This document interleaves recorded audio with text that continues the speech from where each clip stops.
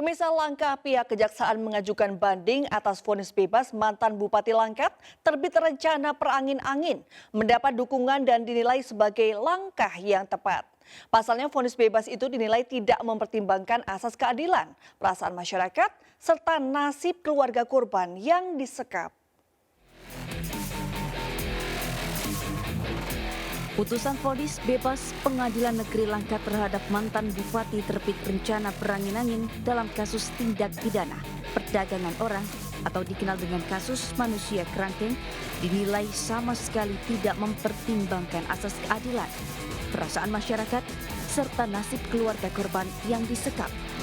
Oleh sebab itu, langkah pihak kejaksaan untuk melakukan banding atas vonis bebas tersebut mendapat dukungan dan dinilai tepat. Banding harus dilakukan karena mantan bupati perangin-angin dinilai bertanggung jawab terhadap adanya kerangkeng manusia yang ada di lingkungan rumahnya.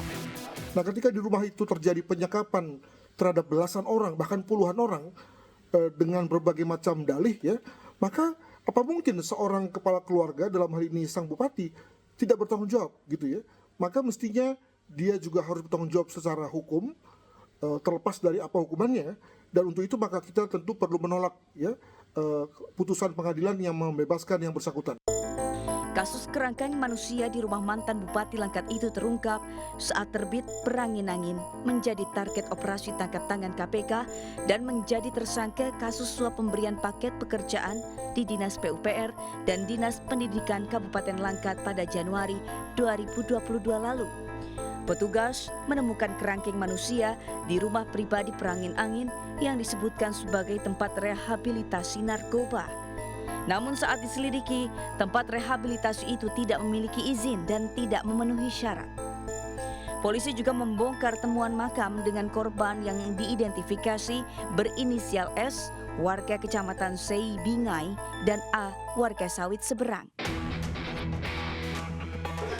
Perangin-angin kemudian dipidana kasus TPPO dengan ancaman hukuman penjara 14 tahun, denda 500 juta rupiah, dan biaya restitusi sekitar 2,3 miliar rupiah sebelum akhirnya secara kontroversial divonis bebas.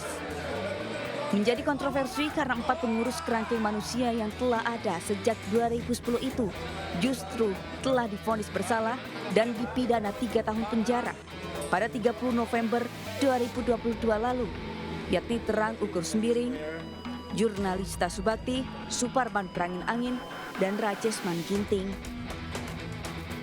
Tim Liputan iNews melaporkan.